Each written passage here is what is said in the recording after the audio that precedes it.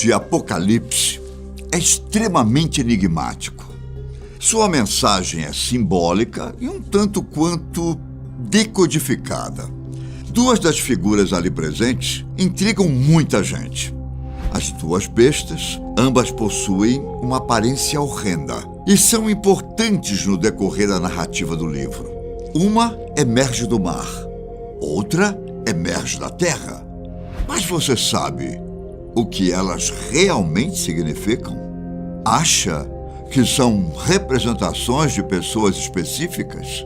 Na verdade, as bestas estão atuando na terra já há algum tempo. Se prepare, pois vamos entender a história das duas bestas do Apocalipse de uma forma além da Bíblia. A primeira das aberrações a aparecer é aquela que emerge do mar. O apóstolo João a descreve durante o capítulo 13 de Apocalipse. Ele escreveu o seguinte: Vi emergir do mar uma besta que tinha 10 chifres e 7 cabeças, e sobre os chifres 10 diademas, e sobre as cabeças nomes de blasfêmia. A besta que vi era semelhante a leopardo, com pés como de urso e boca como de leão.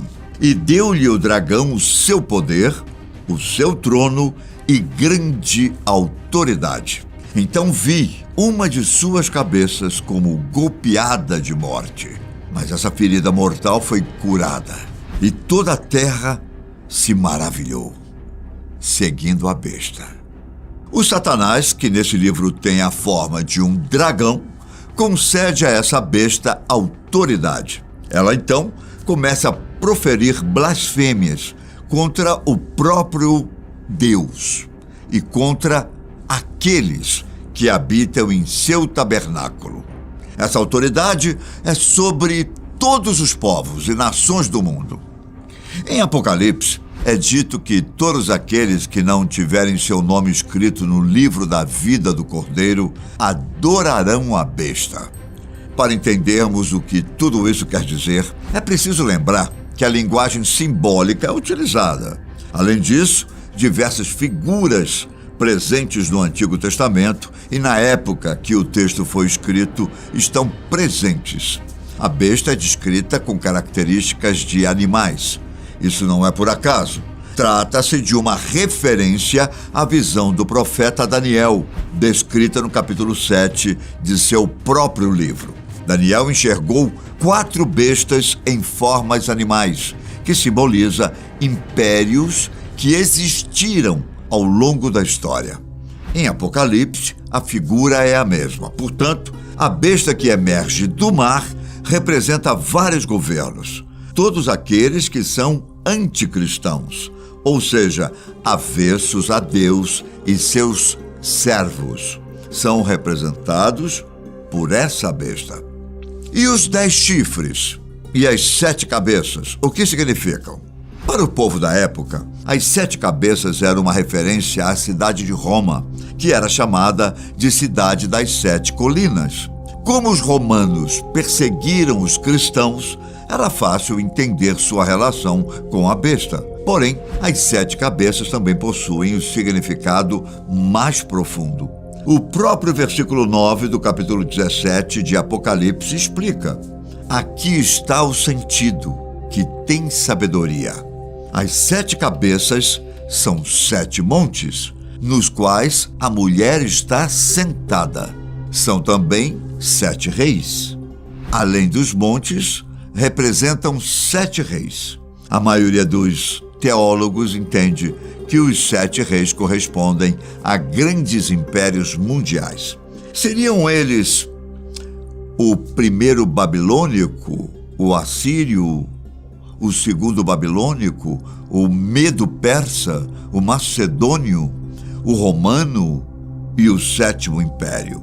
Esse último é bastante discutido, mas geralmente entende-se que ele representa todos os reinos após o Império Romano. No mesmo capítulo é citado que um 8º rei surgiria.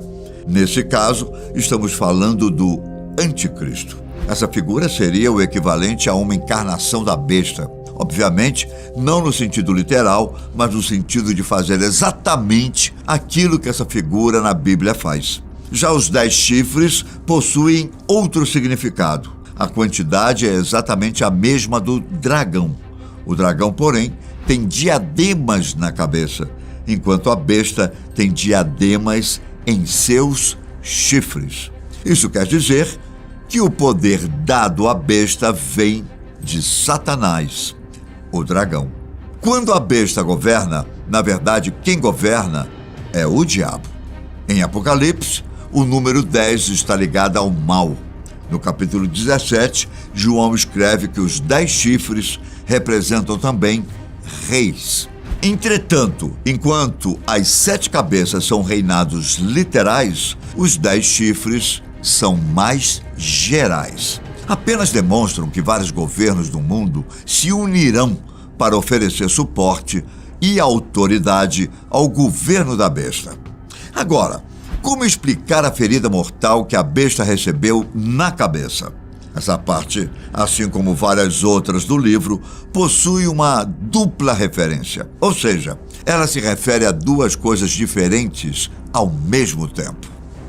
Para os cristãos que receberam o livro na época, era uma clara referência ao governo romano que os perseguia.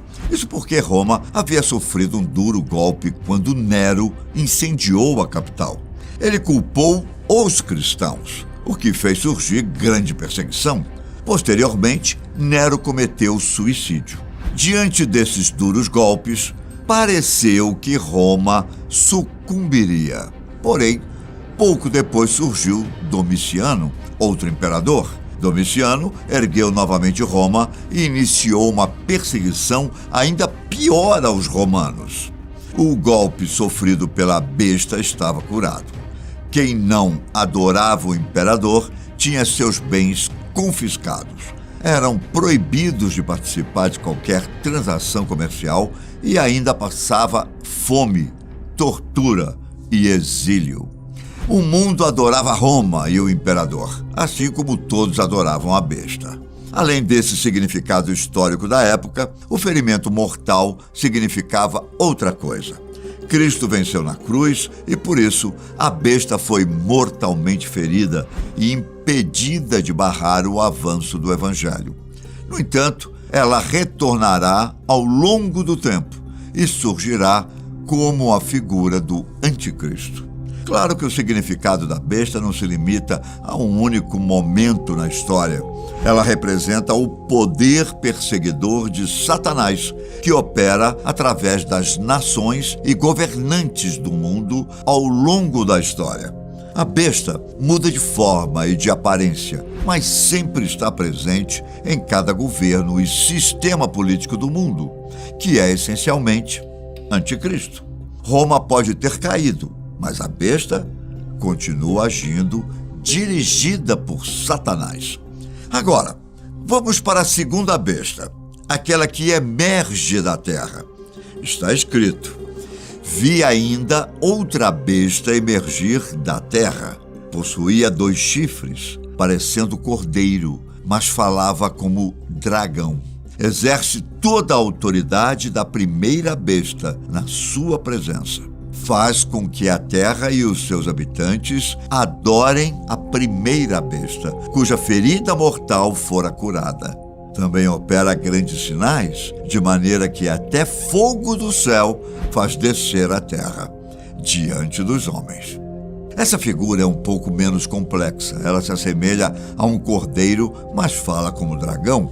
Parece dócil, mas não é. Seu objetivo é fazer sinais para que todos se maravilhem e adorem a outra besta.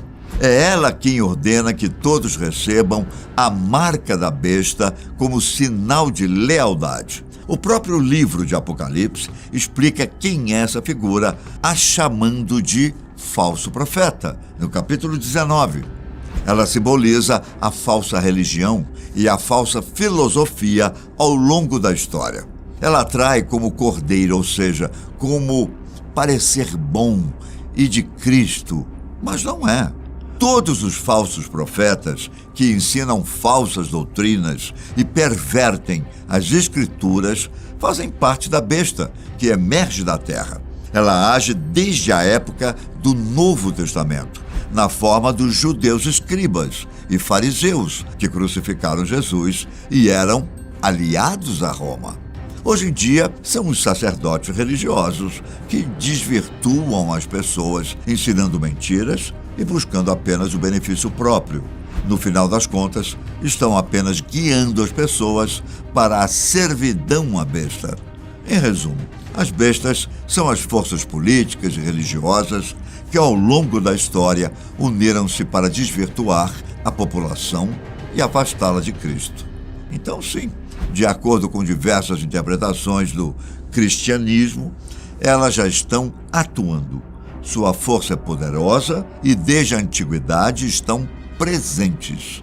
Para aqueles que creem na Bíblia, porém, a situação continua sob controle.